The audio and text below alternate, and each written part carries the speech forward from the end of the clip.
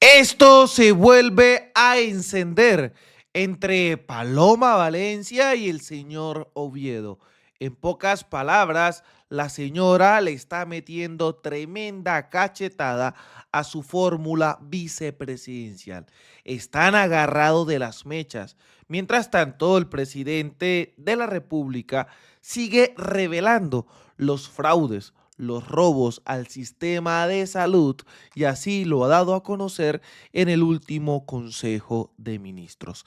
Hablando del tema de Álvaro Uribe Vélez, Paloma Valencia, nuestro amigo Géner Usuga del progresismo plantea una duda que es muy importante acá aclararla, porque dice, ¿cómo así que un helicóptero de las Naciones Unidas transporta a Álvaro Uribe Vélez y a Paloma Valencia en plena campaña presidencial? Y si esto llega a ser cierto, ¿dónde está la independencia de estas instituciones no gubernamentales? ¿Dónde está la transparencia que dicen tener? Ahí vemos en pantalla al expresidente Álvaro Uribe, que acaba de aterrizar en este helicóptero de las Naciones Unidas al aeropuerto Las Brujas de Corozal.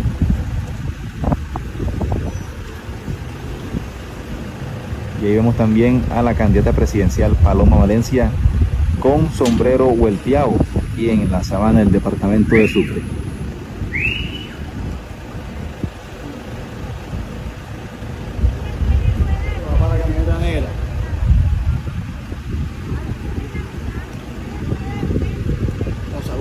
Ahí viene, ahí viene, ahí viene, ahí viene.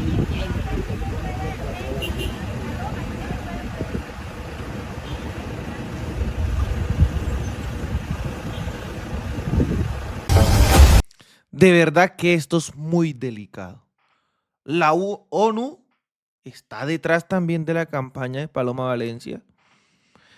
¿Cómo la ven ustedes? ¿Qué creen al respecto? De verdad que esto me genera mucha suspicacia. Esto me genera muchas dudas. Y es importante que si llega a ser cierto, que la ONU lo aclare, o si no, pues que también se deje en evidencia. Porque son instituciones que presuntamente trabajan por el bienestar, pero aquí vemos este tipo de denuncias. Esperamos de verdad un comunicado oficial respecto a este tipo de circunstancias. ¿Ustedes cómo la ven? ¿Ustedes qué creen al respecto? Señores, los invito a que lo dejen en los comentarios.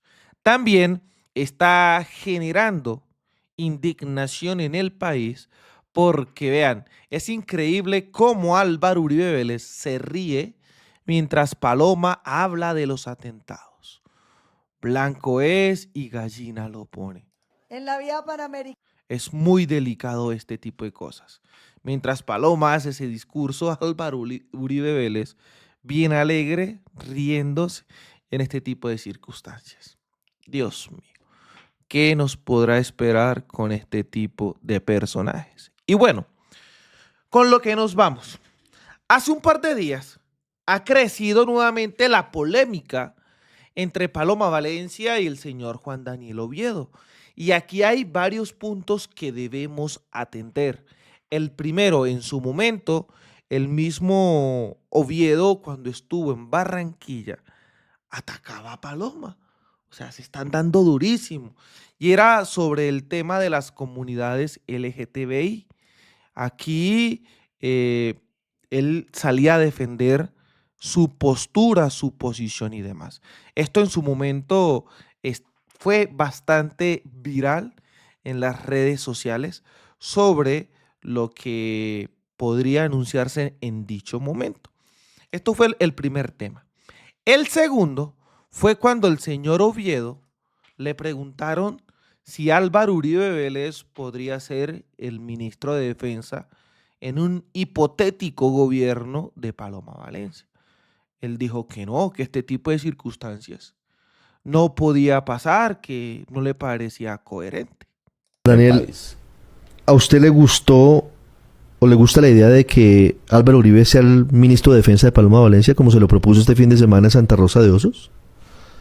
No, me parece que no es el mensaje, y se lo dije a ella anoche, pero hay que respetarla, por eso sabemos que somos distintos, y yo no la voy a cambiar a ella.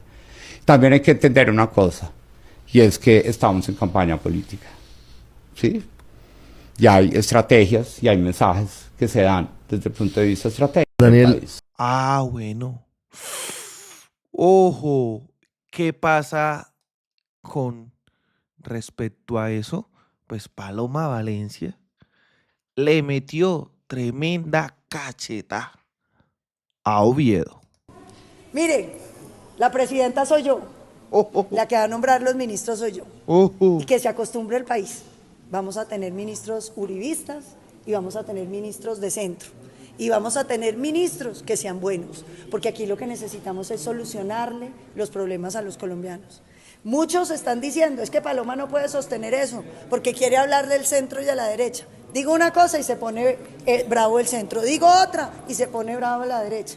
No, señores, en un país tiene que caber todo el mundo y esa es la Uy, qué gracia loquera. de esta alianza. Aquí no aceptamos vetos para nadie. El que sea bueno, como el presidente Uribe en materia de seguridad, ojalá se anime a ser mi ministro. Yo seré la comandante en jefe de las Fuerzas Armadas. Y al lado del presidente Uribe podemos hacer grandes cosas por Colombia. Y ojalá haya muchos ministros de centro, especialistas en educación, que nos ayuden a sacarla adelante. Y que venga gente de la izquierda con compromiso social. Es que tenemos que hacer un gobierno, es sumando todos como se lo merece Colombia. Vean eso. Ataca a Oviedo. Llama a la gente de izquierda. Por favor. Lo ha dicho el mismo Oviedo. Están en campaña. Están en campaña. ¿Cómo reaccionaron los usuarios? Nos salió dictadorcita Paloma Valencia. Manda a callar a su propia fórmula vicepresidencial y deja claro que aquí solo manda ella. Y ni siquiera ha ganado. Y ahí está. Y ni siquiera ha ganado. Oh. Y así fue como Oviedo vendió el alma. Y eso que muchos decían que esta señora era una especie de centro moderada. Fuera el candidato de izquierda el que hablara de esa manera, más de un líder, o sea, entre comillas, un líder de opinión, saltara de indignación en programas radiales. Y ya sabemos cuáles son los programas radiales, o sea, Caracol Radio, Néstor Morales y este tipo de personajillos. Al respecto, ¿ustedes cómo la ven? ¿Qué creen acerca de este tipo de cosas? Pues señores, hablando también del presidente de la República, Gustavo Petro, ojo con el desfalco a la salud que lo sigue dejando bastante claro. De Leticia a San Juan de Atacuari y por supuesto bajar por el Brasil y subir por Tarapacá hasta poder llegar hasta Huepi y también a Puerto Leguízamo en el Putumayo. Esta es la lancha que ustedes vieron que hizo el primer transporte, que ya lo vieron. Y por supuesto que hay algo que es supremamente importante, porque lo que han venido diciendo es que este gobierno lo que hizo fue marchitar el sistema de salud y resulta que ha sido, para desfortuna de los contradictores, señor presidente, la mayor inversión en salud en toda la historia de Colombia, y se lo puedo yo decir con mucha claridad, se lo puedo yo decir a usted. Estando en el sector como lo tenemos con el doctor Félix Martínez, más de 50 años en este sector, sabemos exactamente cuál es la inversión que se ha hecho. Y aquí puede ver usted el crecimiento, usted siempre nos regaña porque son precios corrientes, pero le tengo también los precios constantes para que no haya ninguna cosa, ¿no es cierto?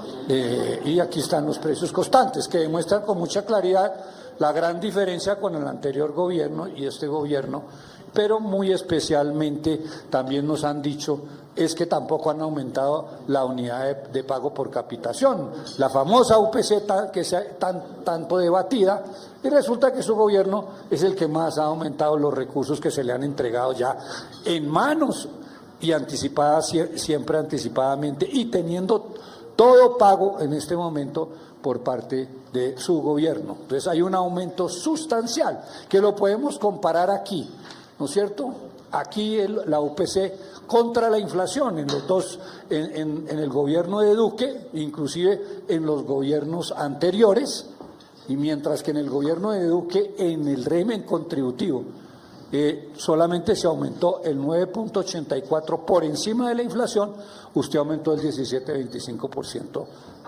por encima de la inflación en el régimen contributivo. Pero hay un salto importantísimo aquí en materia del régimen subsidiado para los pobres, porque es que aquí se ha discriminado a los pobres como siempre, ¿no es cierto?, a propofafia, ¿no es cierto? Entonces hay que tener en cuenta que aquí se recupera la posibilidad de que los recursos para el régimen subsidiado, que atiende fundamentalmente a las gentes más necesitadas del país, en administración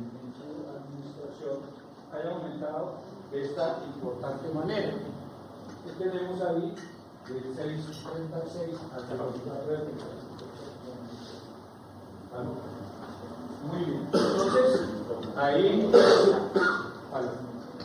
ahí está demostrado con mucha claridad que no es cierto que se esté marchitando el sistema,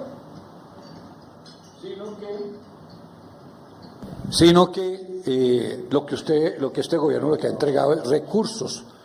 Ahora miremos la situación de las EPS y los indicadores financieros.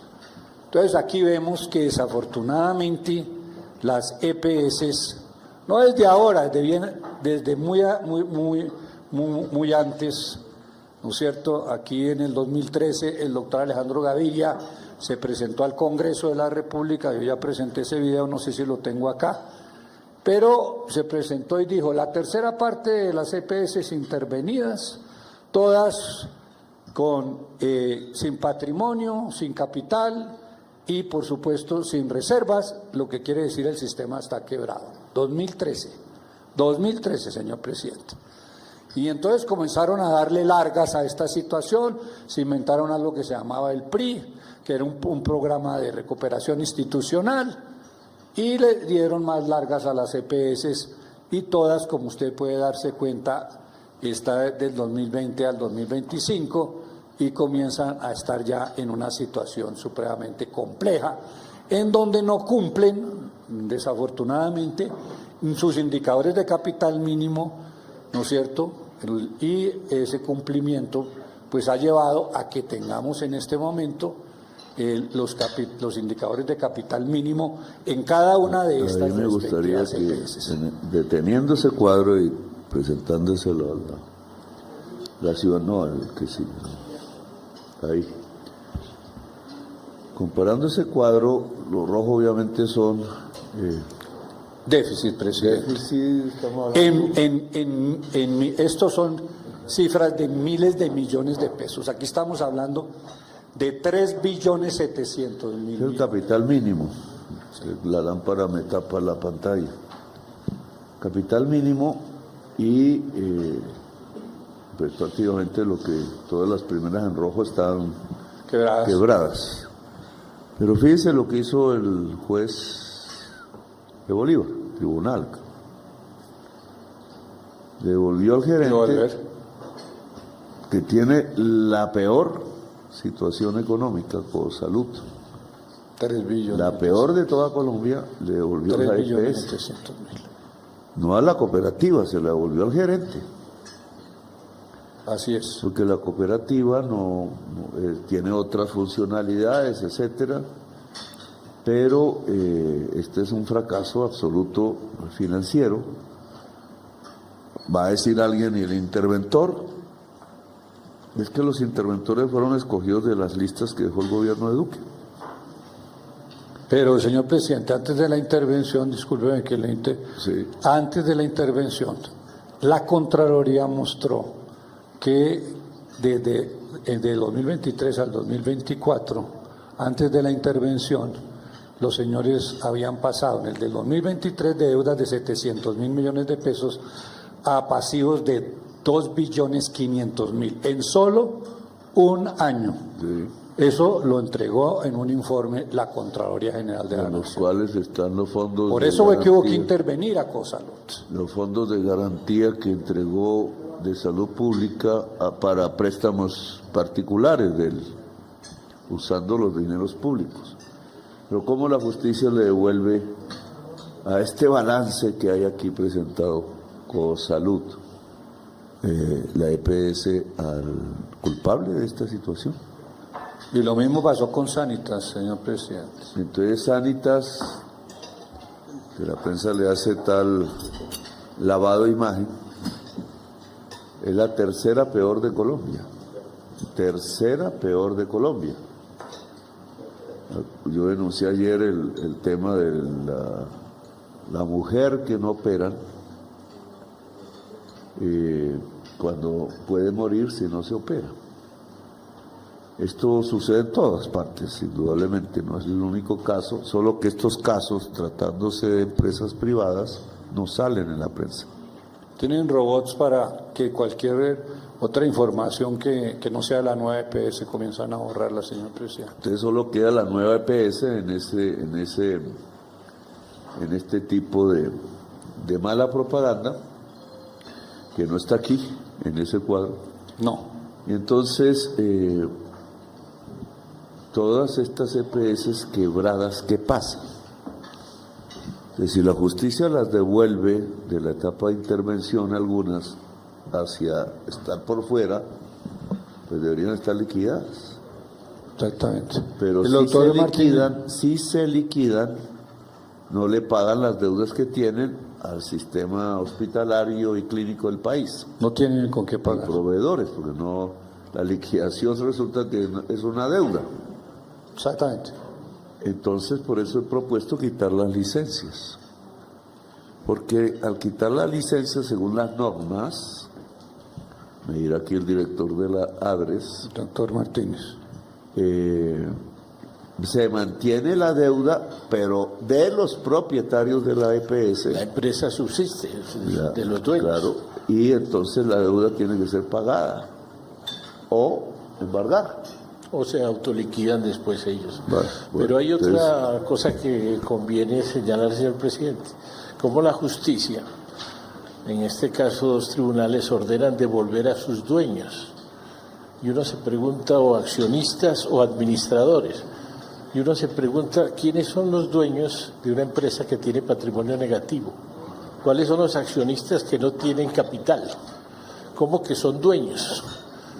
Solo manejan recursos públicos sin un peso propio. Y la ley les da autorización para seguir manejando recursos públicos de por vida porque algún año, hace 10 años, tuvieron alguna inversión de capital que perdieron hace más de 10 años. Es decir, no son dueños legalmente, no puede ser dueño quien no tiene patrimonio. Entonces es una actuación muy curiosa de la justicia ordenando devolver a sus dueños o accionistas que no son dueños ni accionistas.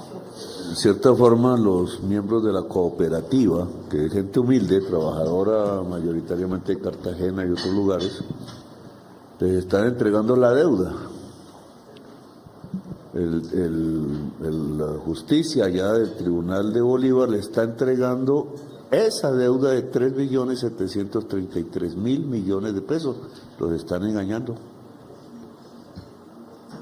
Le dan la gerencia es al presunto delincuente, para no caer en más tutelas, presunto delincuente, y entonces los dueños de la cooperativa, que son los integrantes de la cooperativa, terminan recibiendo una deuda ya de 3.738.000 pesos. Y no sé si esa cooperativa, ¿qué va a hacer? ¿Se la va a pagar?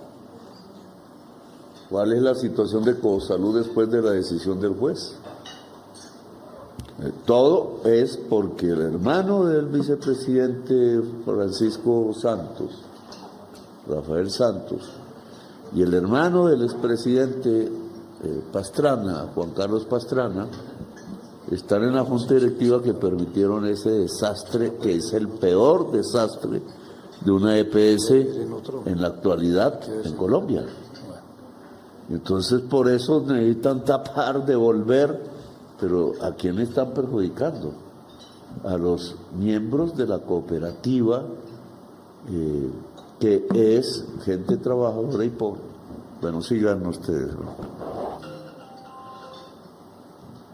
Aquí está entonces lo del patrimonio adecuado también. Vemos entonces Cosalud, Famisanar, Sanitas, todos en rojo. No cumplen sino dos, aquí lo mismo. Otra vez Cosalud es la peor. Cosalud, Famisanar, Sanitas, Sanar. Aquí están los indicadores de las inversiones de reservas técnicas que se obliga siempre, que deben de reservar. Y usted ve, señor presidente, que no tienen reservas, ¿no es cierto? O sea que no cumplen con la ley de tener determinada cantidad de recursos en reservas para poder soportar posteriormente las facturas, las deudas que tengan las empresas. Ahí vuelve nuevamente en el régimen de inversiones de reservas también estar los mismos que están ahí de primeros. Los peores siempre Sí, son exactamente. Cosalud, Famisanar y Sanitas. Las tres peores EPS desde el punto de vista de equilibrio financiero de Colombia.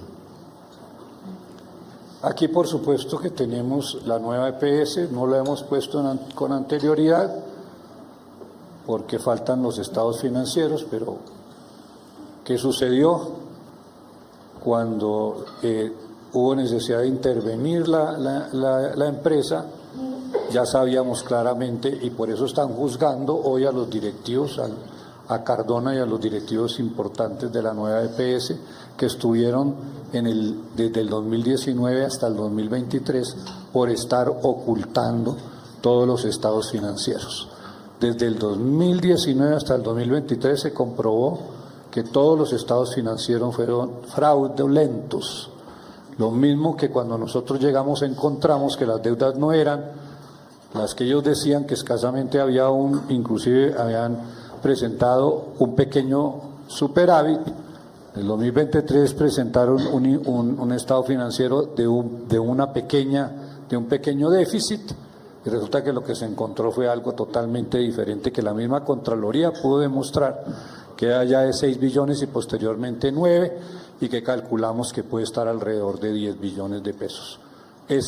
Y por eso están siendo juzgados el señor Cardona y los otros demás cómplices o las otras personas que estaban en los cargos respectivos, ¿no es cierto?, en donde hubo un ocultamiento muy claro de una empresa que venía teniendo grandes déficits, pero los ocultaron a través de los hechos, y hay testigos que denuncian cómo fue toda la operación de fraude que se practicó.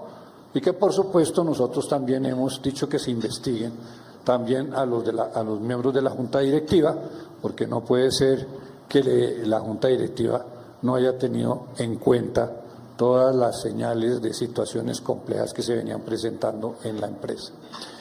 Y como lo vimos, bastante jodida la situación en el país. No olviden, por favor, dejar su like, dejar su comentario, y vamos a difundir este video para que Colombia y el mundo conozca la verdad. Desde la tierra del trueno, desde el Catatumbo, haciendo resistencia, construyendo paz y buscando reconciliación, soy Libremente aquí, las cosas como son. Nos vemos en un próximo capítulo. Hasta pronto, señores.